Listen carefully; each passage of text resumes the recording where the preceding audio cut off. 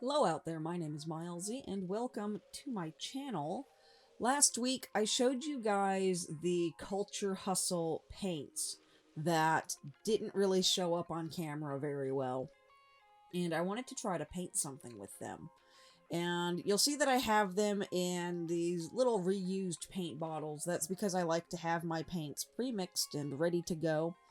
The website said that you're supposed to mix what you need as you need it, but I haven't noticed any problems with having it pre-mixed. I've used them a few times now at this point, and they do work really nicely, pre-mixed in bottles. I think the reason why it says to mix them as you go is for people who use palettes, but I don't really use palettes that much, so it didn't really matter. But I was trying to use these, and they're very unlike any other paint I have ever used. Now, I don't know if this is because they're weird paint, or if it's because I'm just really used to using cheap paint. And I do. I use a lot of cheap paint. I like cheap paint because it's cheap, so this was very different. It wasn't like any of the acrylic paints I've used. I have tube paints, I have mixed paints, I have bottle paints, and this was not like any of them. This was like painting with Elmer's glue. It was really weird. I was trying to kind of not quite dry brush it, but not really use a lot, and it just wasn't mixing and blending well on my canvas at all. It was behaving really, really weirdly. And it wasn't until I really started glopping it on there really heavily that it started to work.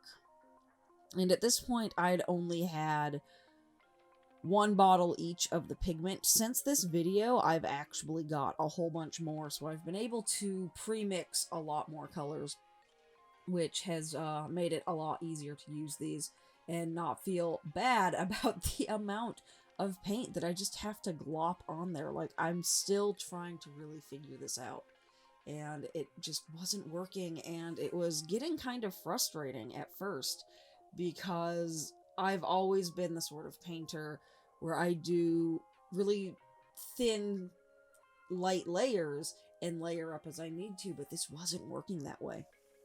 And I said in the last video about these that what you see on camera is not what it actually looks like. And earlier in the video, I painted some blue lines in the middle of the pink, which you cannot see at all right now. But if you watch when my hand casts a shadow over that area, those blue lines really stand out. And my webcam just doesn't pick up half the colors on this piece. My phone did a little bit better, but it's still not great. And then I tried to scan it, and oh, it did not like being scanned. But the paint just doesn't want to blend. It doesn't really want to mix. You can't dry brush with it. So I was having just a really difficult time trying to get it to work. And I think right about now is when I figured out that I have to use these obscenely thick layers to get it on there. So I just started slathering it on there, loading up my brush as heavily as I could get it. And that's when it finally started to mix and blend. And I'm really glad I had prepared this canvas the way I normally would for my portrait paintings. And I'm going to do a video on that probably next week.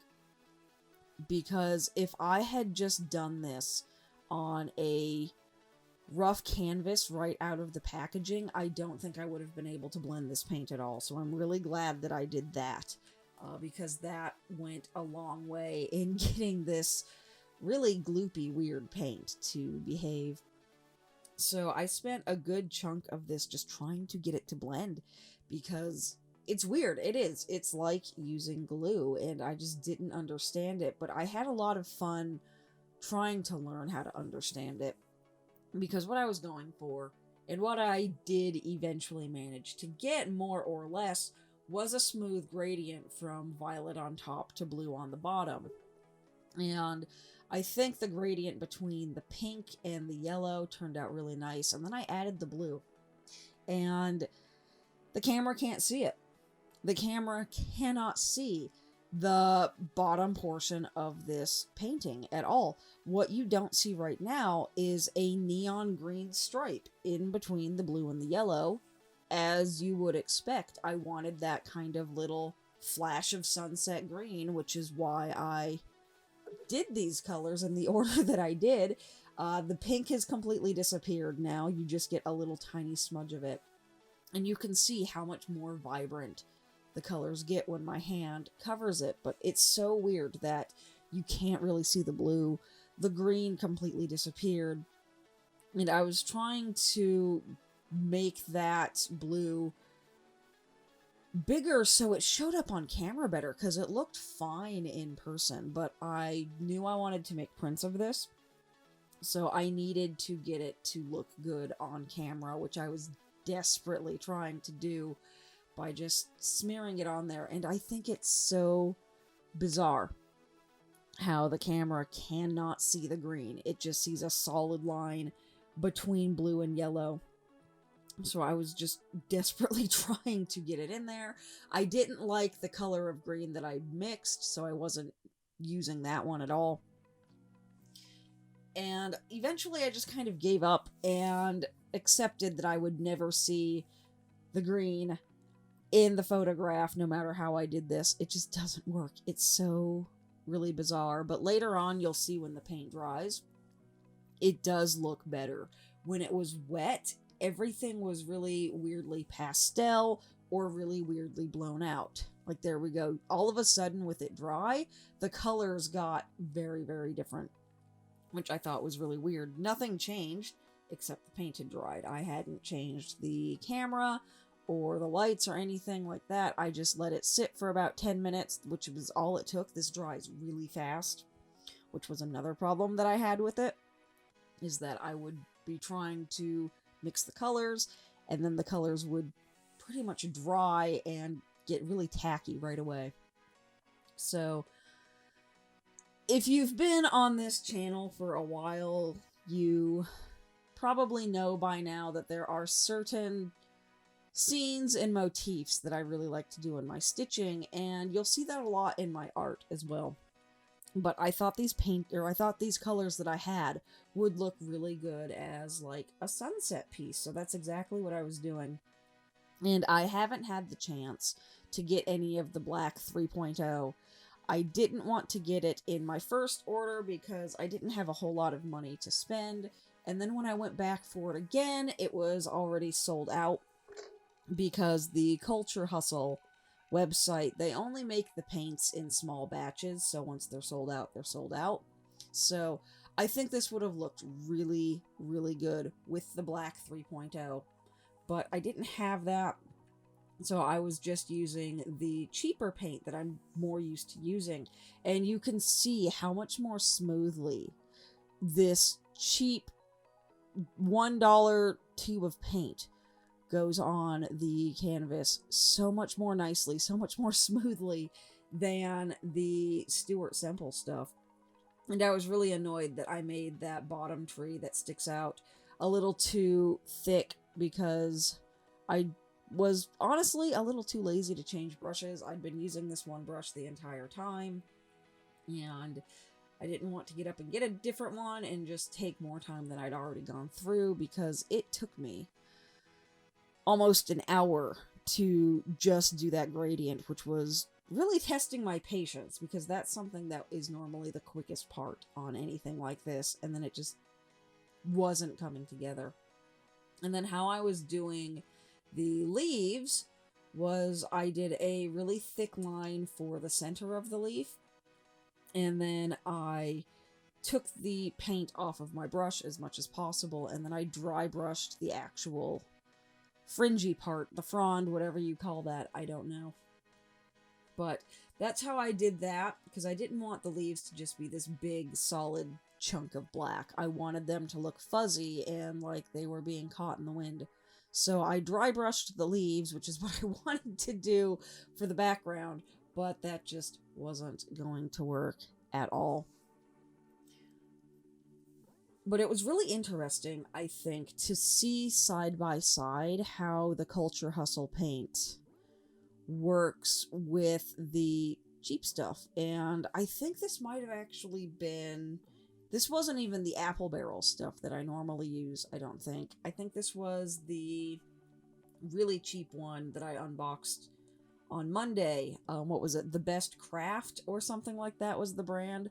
But it felt pretty much identical to the apple barrel stuff that I normally use. There really wasn't much of a difference. And even though it is really cheap, it was still nice and opaque.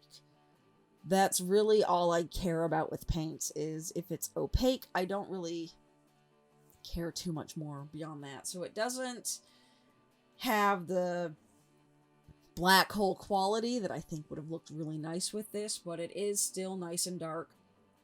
You don't really see the sky through it anywhere unless where I want you to see it.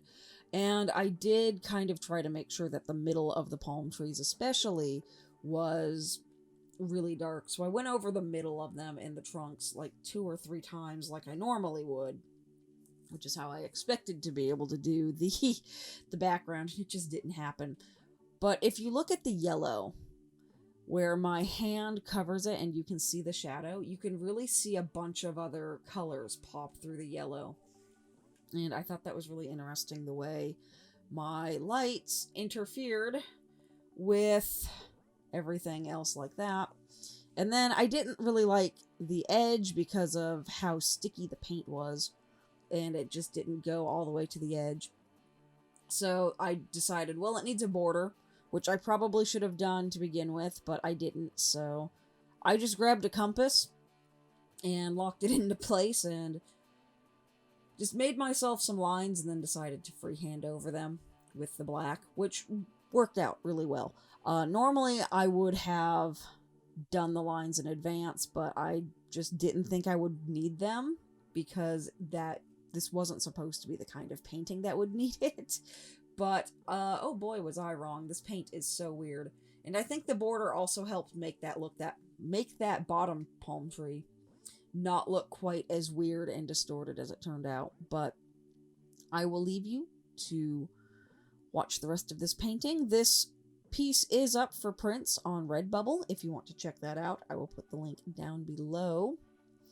But thank you guys so much for watching. Thank you for liking, commenting, subscribing, all that fun stuff. Don't forget to turn on notifications if you want to actually make sure that you see my videos. And I will see you guys next time. Bye!